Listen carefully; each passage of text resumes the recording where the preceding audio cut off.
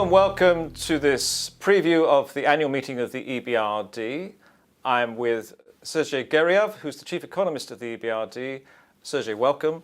The meeting is in Sarajevo this year in Bosnia. So why don't we start by giving me a little bit of a taste for the economic outlook in Bosnia? Well, we forecast the Bosnian economic development and growth to continue. Our forecast for 2019 is 3.5% growth rate per year, which is a growth rate which is similar to neighboring countries as well.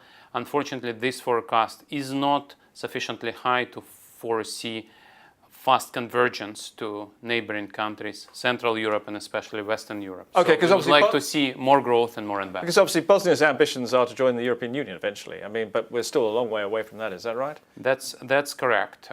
We would, of course, like to see faster growth, more investment, also a lot of trade within the region between West Balkan countries, because each of those countries is small, and in order to promote investment, you need to have access to bigger markets. And before Bosnia and neighboring countries join EU, they need to create the market space among themselves. Okay, so a fair amount of work to be done in Bosnia. Now let's talk about the wider EBRD region and what countries are doing well and what countries are doing not so well. Well, the countries that are doing well are countries in the Central Europe, countries like Poland. Then you also have very fast growth in Egypt and Central Asia. And these countries are poorer, so they should grow faster. These countries also have a very fast-growing population. So Egypt adds something like 2% of population every year. So 5.5% growth in Egypt is equivalent to 3.5% growth in a country where population is not changing, such as many countries in Central Europe, or actually some countries in Central Europe have declining population. So in per capita terms, those numbers are somewhat misleading. But so when we see growth of sort of 4 to 5% in Poland and Hungary, that's really outstanding then. That's really outstanding. We think that the growth in Poland in 2019 will be below 4%, but still close to 4%, and it's really outstanding given the demographic challenges. Well, Poland is a bit different because Poland is not just sending Poles to a country like UK or other West European countries. Poland is also an immigration country, as almost 2 million Ukrainians are now working in Poland. Okay, now let's turn to the other side of things. I mean, for example, Turkey is a country that's slowed down enormously, hasn't it? You know, from 7% to about 1%. That's exactly true. So 3 countries which underperform in our region are Turkey, Russia, and Lebanon. And they underperform for different reasons.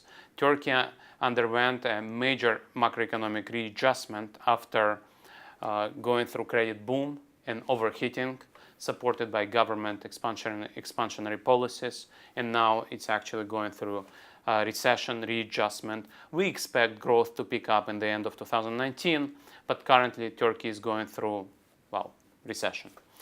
Russia is suffering from a different problem. Russian macroeconomic framework is actually robust, but Russia has been very slow, to say the least, with structural reforms, with improving investment climate, with fighting corruption, and of course Russia is isolated from global market. Yeah, I mean, how much is the sanctions playing a factor in Russia? Sanctions are playing a very important role in reducing incentives for foreign investors to come to Russia and invest, and therefore undermining the confidence of both domestic and foreign investors in Russia's economic growth. And it is not just the lack of foreign investment that Russia is suffering from, it's also the capital flight of domestic investors. If you look at 2018, you see that there was a major capital flight year because of new round of sanctions introduced by American administration in early 2018. And then Lebanon is not doing well. Lebanon is suffering from a major debt overhang problem. Among countries in our region, Lebanon is one of the countries where debt denominated in foreign currency, because of the PAG eventually, is actually very large. And so investors are not fully confident that macroeconomic policy is sustainable. And Lebanon must also be impacted by the fallout from the war in Syria. This is exactly true. This is actually true for other countries in the region. Lebanon has welcomed many refugees, I think almost like 20%, if not more, of residents of Lebanon today are actually refugees. Same can be said of Jordan. In Turkey, the absolute number of refugees is even larger. We are talking about something like 4 million refugees residing in Turkey today. As a proportion of populations, of course, smaller than in Lebanon or Jordan. But it's still an awful lot of people to look after, yeah. Exactly. We should not forget that stress, the amount of stress these countries are going through today. Okay, let's turn now to foreign direct investment. And first of all, I mean, how important is it for a developing economy to have a flow of foreign direct investment? So we strongly believe that for our countries, foreign direct investment is the essential part of convergence, of catching up, of transition, of building a sustainable market economy. And the successful market economies that we've managed to build are the ones that relied on foreign direct investment. So countries in Central Europe which are doing reasonably well today, and you mentioned Poland, we can also mention Czech Republic, which we graduated more than 10 years ago. Other Central European countries which are doing well are the countries which managed to bring in Western investment, and with that not just money, not just capital, but also modern technology and modern managerial skills. We show through our research that quality of management really matters. Quality of management creates not just jobs, but valuable jobs, jobs with higher salaries and productivity. Okay, and what is the most important factor, you think, in attracting FDI? I mean, is it the legal system, or is it the right incentives, or the infrastructure? All these factors matter. In our countries, geography is actually good. Being close to Europe, to a big market, matters. And of course, infrastructure matters as well. For new member states, they have access to cohesion funds and therefore European structural investment funds. So this support helps to build infrastructure as well. What matters is governance. You mentioned legal system. It's not just the legal system, it's also enforcement of laws. It's also the political system, protection of property rights, competition policies, and so on.